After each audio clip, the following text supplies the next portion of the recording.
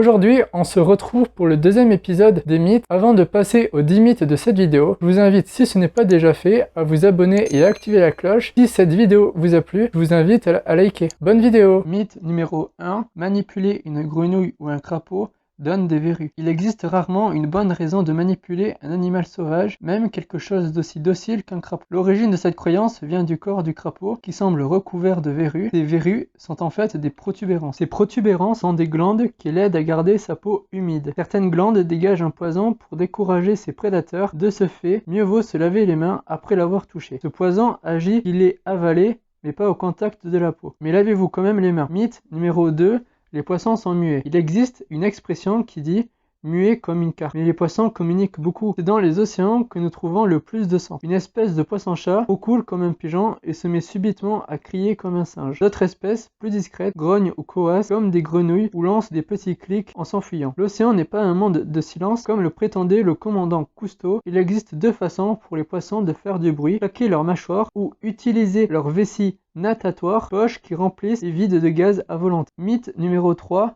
Les rhinocéros ont deux cornes. Dans la mythologie hindoue, une corne du rhinocéros aurait été offerte par la déesse Parvati. Beaucoup d'hindous le considèrent donc comme un animal divin avec plein de pouvoirs magiques. La deuxième corne est en fait une crête particulière, très solide, faite de la même matière que nos ongles, la kératine. Mythe numéro 4. Les requins sont immunisés du cancer. Des gènes résistants aux blessures, des pouvoirs de guérison, de très faibles risques de cancer. Non, je ne décris pas un super-héros, ses propriétés sont celles des requins. Le requin peut guérir ses blessures graves en quelques semaines du fait qu'il possède davantage de gènes consacrés à la coagulation sanguine, mais également à plusieurs protéines qui aident à stimuler de nouveaux tissus et une nouvelle peau. Les requins consacrent une part importante de leur génome à la cicatrisation de leurs plaies. Les scientifiques pensent en général que le risque de développer un cancer augmente avec la taille et la durée de vie de l'organisme, puisqu'un plus grand nombre de cellules et une plus longue durée de vie augmentent les possibilités de dommages sur l'ADN qui causent le cancer. Les requins mesurent environ 6 mètres de long, pèsent 3 tonnes et vivent entre 40 et 70 ans. En général, les requins meurent à cause d'interactions avec l'homme ou dû à l'âge. 44 cas de lésions cancéreuses ont été signalés parmi 21 types de chondrichthyes, un genre d'espèce qui inclut des requins et des raies. Selon une étude réalisée en 2016, environ un tiers de ces 44 cas, soit environ 15, étaient malins. Ce mythe du cancer est à l'origine des pilules à base du cartilage de requin dont la vente continue à décimer les populations de requins dans le monde entier. L'Union internationale pour la conservation de la nature a classé le grand requin blanc dans la catégorie vulnérable. La consommation de produits à base de requin, comme la pilule de cartilage ou la soupe d'aileron de requin, n'améliorera pas la capacité de nos propres gènes à résister au cancer. Les requins peuvent souffrir du cancer, mais ils sont plus résistants. Mythe numéro 5. Les animaux ont froid en hiver, donc ils hibernent. Les animaux hibernent car en hiver, il y a un manque de nourriture. À l'automne, ils vont augmenter leur consommation quotidienne d'aliments. Ce surplus sera ensuite stocké sous forme de graisse, utilisé durant l'hibernation. Certains animaux, comme le zèbre, les requins blancs, les baleines, etc., migrent, les dots, comme les ours, les marmottes, les moufettes, restent dans leur région et hibernent. Mythe numéro 6. Les dauphins boivent l'eau qui les entoure. Comme tous les êtres vivants, les dauphins doivent boire de l'eau. Mais ces derniers ne boivent pas l'eau dans laquelle ils nagent. Alors, quelle eau boivent-ils? Eh bien, ils consomment l'eau dans leur aliment, mais ils utilisent également l'eau qui se trouve dans leur graisse corporelle. Mythe numéro 7. Les chauves-souris sont aveugles. Nous savons tous que les chauves-souris utilisent leur sonar pour se déplacer, et donc nous aimons dire que les chauves-souris sont aveugles. Mais est-ce le cas? Eh bien, pour vous dire, les chauves-souris ne sont pas aveugles. Elles voient en pleine journée, malgré que son activité est plutôt nocturne. La chauve-souris ne distingue pas très bien dans le noir et utilise leur sonar pour atteindre de grandes vitesses sans percuter un objet. Mythe numéro 8. Les chats retombent toujours sur leurs pattes. Lorsqu'un chat tombe, son premier réflexe est de relever bien haut la tête et forcément le reste de son corps suit le mouvement. Les pattes sont alors entraînées vers le bas, mais précisons que les chutes des balcons sont la première cause de mortalité des chats.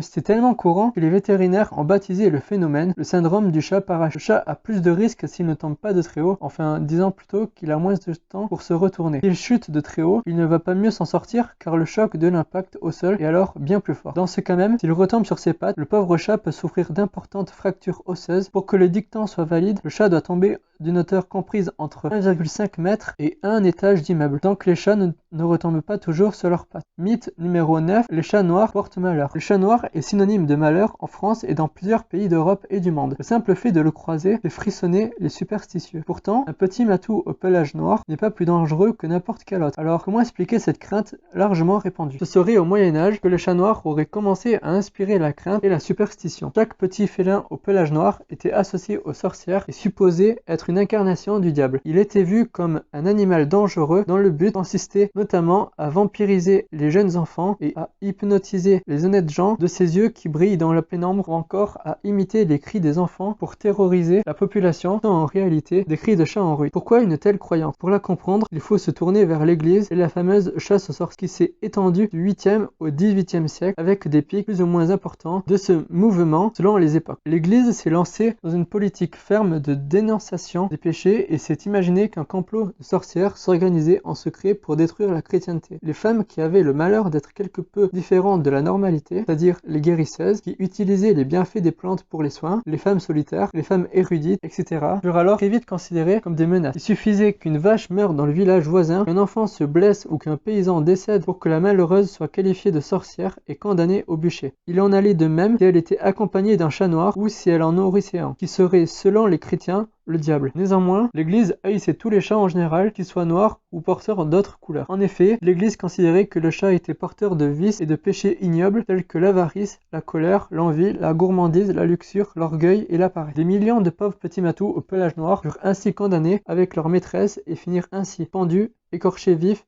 crucifiés ou même brûlés. Même si nous ne vivons plus au Moyen-Âge, cette sombre idée a perduré et a laissé des traces. Pourtant, les chats étaient vénérés dans l'Égypte ancienne et la déesse Basté était vue comme la protectrice de l'humanité. Toutefois, il se peut que la mythologie celtique ait influencé les croyances religieuses au Moyen-Âge. En effet, la légende de la créature Catsit faisait peur car ce monstre qui venait voler les âmes des défunts avant que les dieux ne les réclament, ressemblait à un grand chat noir portant une tache blanche sur le poitrail. En conséquent, les chats noirs étaient chassés des cimetières de crainte qu'ils n'emportent les morts en enfer. Aujourd'hui encore, le chat noir fait l'objet de superstitions très négatives. Le croiser tôt le matin annonce une mauvaise journée. Le rencontrer le 1er janvier annonce une mauvaise année. Le voir sur une tombe veut dire que l'âme du disparu a été emporté par le diable. La disparition d'un chat noir signifie qu'un membre de la famille va mourir, etc. Heureusement, dans certains pays, le chat noir est vu comme un porte-bonheur. C'est le cas de l'Angleterre où la croyance va jusqu'à penser qu'un chat noir au sein de son foyer amènera un bon fiancé à la jeune fille de la maison. Cet attrait pour le chat au pelage noir est également historique, mais s'attache au bon présage. En effet, il était vu comme un atout car on raconte que Napoléon en aurait croisé un avant la bataille de Waterloo. Le roi Charles Ier d'Angleterre lui vouait même un véritable culte. Le chat noir, signe de bonheur, a été enrôlé par l'armée anglaise du 18e au 20e siècle pour porter chance à la traversée et accessoirement chasser les rats et souris présents sur le bateau, pour preuve de leur rôle d'importance et pour lire sur les registres du bord de l'époque la mention Tomcat marin parmi les membres de l'équipage. D'ailleurs, la compagnie londonienne Lloyd refusait d'assurer les navires qui n'emportaient pas de chat noir à